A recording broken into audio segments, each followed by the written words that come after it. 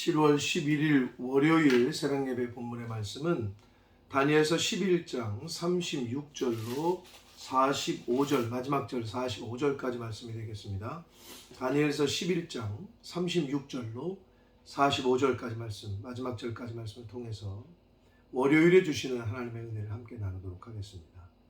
자, 11장 후반부는 어제 그 부분부터 안티오쿠스 4세 에피파네스라는 그 인물에 대한 걸로 초점을 맞춰서 예언이 되는 말씀이다 라고 말씀을 드렸고, 오늘도 계속해서 그 안티오쿠스 4세 에피파네스에 대한 이야기가 되겠습니다. 자, 한 절씩 보시면서 적그리스도로 그 예표되는 그의 그 예언들을 한번 말씀을 통해서 함께 은혜를 나누도록 하겠습니다. 36절입니다. 그 왕은 자기 마음대로 행하며 스스로 높여 모든 신보다 크다 하며, 안티오쿠스 4세 에피파네스가 그랬어요. 이 에피파네스라는 말은요, 안티오쿠스 4세가 스스로 붙인 이름인데 그 자신을 신격화하기 위해서 붙인 이름이에요. 찬란한 자, 높은 자, 신 같은 자, 영광을 받을 자, 뭐 이런 뜻이에요. 에피파네스가. 그 에피파네스의 그 안티오쿠스 4세의 교만함이 잘 나타나 있는 거죠. 스스로 높이고 자기 마음대로 행하고 모든 신보다 크다고 하고 비상한 말로 신들의 신을 대적하며 형통하기를 분노하심이 그칠 때까지 하리니, 하나님이 허락하실 때까지만 한다는 거예요. 하나님의 주권이죠. 이는 그 작정된 일을 반드시 이룰 것입니다. 하나님이 계획하고 하나님이 플랜을 짠 대로 그는 움직일 거라는 그런 말씀이 되겠습니다. 37절, 그가 모든 것보다 스스로 크다 하고, 이 안티오쿠스 4세의 교만함이 계속 예언이 됩니다. 그의 조상들의 신들과 여자들이 흠모하는 것을 돌아보지 아니하며, 어떤 신도 돌아보지 아니하고, 그러니까 자기 조상들이건 자기 어머니들이건 모든 사람들이 섬겼던 거는 관심도 없고, 38절, 그 대신에 강한 신, 강하다고 여겨지는 것만 공경할 것이고, 그러니까 이런 거죠. 약자에겐 강하고 강한 사람에겐 약하고, 이런 강한 신을 공경할 것이고, 또 그의 조상들이 알지 못하던 신에게 금은 보화 보석과 보물을 드려 공경할 것이다. 알지 못하던 신, 몰라도 상관없어. 그냥 강하기만 하면 돼. 안티오쿠스 4세의 그 면면을 볼 수가 있습니다. 또 39절, 그는 이방 신을 힘입어 크게 견고한 산성들을 점령할 것이다. 그러니까 알지 못하건 이방 신이건 상관없어. 강하기만 하면 돼. 그렇게 그러한 마귀 사탄의 힘을 등에 업고 행세를 할 거라는 거예요. 무릇 그를 안다 하는 자들에게는 영광을 더하여 여러 백성을 다스리게도 하며 그에게서 뇌물을 받고 땅을 나눠주기도 할 것이다. 이거 하는 사람들이 많이 생길 거라는 거죠. 자기의 믿음과 신앙을 배신하고 배교하고 그냥 그 강한 사람에게 붙어서, 안티오쿠스 4세 에피파네스에게 붙어서 하는 사람들이 많이 생길 것이다. 자, 40절, 마지막 때에 남쪽 왕이 그와 힘을 겨룰 것이나, 톨레미 왕조가 싸울 거나, 북방 왕이 즉 안티오쿠스 4세 에피파네스가 병과 마병과 많은 배로 회오리바람처럼 그에게로 마주와서 그 여러 나라에 침공하여 물이 넘친같이 지나갈 것이다. 한마디로 안티오쿠스 4세가 이긴다는 거예요. 그가 북방 왕이 또 영화로운 땅에, 예루살렘 땅에 침략하고 한다고 했잖아요. 들어갈 것이요, 많은 나라를 패망하게 할 것이나 오직 에돔과 모압과 암몬, 자손의 지도자들은 그의 손에서 벗어날 것이다. 오늘날 요르단 지방, 그러니까 요르단 지방을 안티오쿠스 4세가 점령을 하지 못해요. 실제로 역사 속에서. 왜? 하나님이 그렇게 하셨으니까. 42절 그가 여러 나라들의 그의 손을 펴리니 애굽 땅도 면하지 못할 것이니. 애굽 땅도 점령을 해요. 치어요. 그러니까 여기서 애굽은 여러 가지 의미로 이야기할 수 있습니다만은 남쪽 왕이 그 대표하는 지역이었어요. 애굽 땅은. 또 애굽을 중심으로 한 그 팔레스틴 남쪽의 아랍 연맹들을 뜻한다고 볼 수가 있겠고, 또 마지막으로는 구속사적 의미에서 적그리스도에 어떻게 보면 그 대항하는 모든 나라들이라고 해석을 할 수가 있다는 거예요. 이 애굽을. 43절 그가 권세로 애굽의 금, 은 모든 보물을 차지할 것이요 리비아 사람과 구스 사람이 그의 시종이 될 것이다. 애굽의 서쪽과 남쪽 국경에 인접한 나라들이에요. 리비아와 구스는.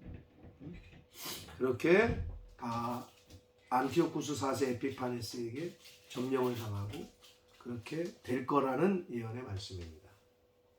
실제로 그렇게 됐고, 이제 44절 그러나 동북에서부터 소문이 이르러, 그러니까 애굽을 거의 다 점령할 때쯤에 돌아갔다 그랬잖아요. 어제 말씀에, 어제 본문에서 그 얘기를 다시 언급하는 건데, 동북에서부터 소문이 왔다. 어떤 소문? 반란이 일어났다는 거예요. 지금 남쪽에서 전쟁을 하고 있는데 안티오쿠스 4세가 그래서 번민하게 하고 고민하다가 돌아가거든요. 근데 그가 분노하여 나가서 많은 무리를 다 죽이며 멸망시키고자 할 것이다. 이게 이제 돌아가면서 예루살렘, 이스라엘에 분풀이를 해요. 이유는 이스라엘이 반란을 일으켰다는 이유로. 그래서 싹 죽인다니까요. 헛짓거리 하고 성전 더럽히고. 그거에 대한 예언을 다시 한번 지금 해주고 있습니다. 그러나 그가 장막 궁전을 바다의 영화롭고 거룩한 산 사이에 세울 것이나 그의 종말이 이르니니 도와줄 자가 없을 것이다. 자, 안티오쿠스 4세 에피파네스는요, 그 무깃도라는 곳에 궁전을 세워요. 사해와 지중해 사이에 위치한 곳이거든요. 근데 이 무깃도를 신약에서는 아마겟돈이라고 불렀어요.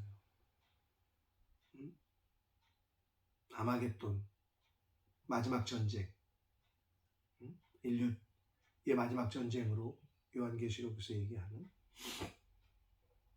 그 무깃도라는 곳에 장막궁전을 세웠는데, 그래서 이걸 어떻게 해석하느냐 하면, 거룩한 산은 시온산이고 예루살렘이죠.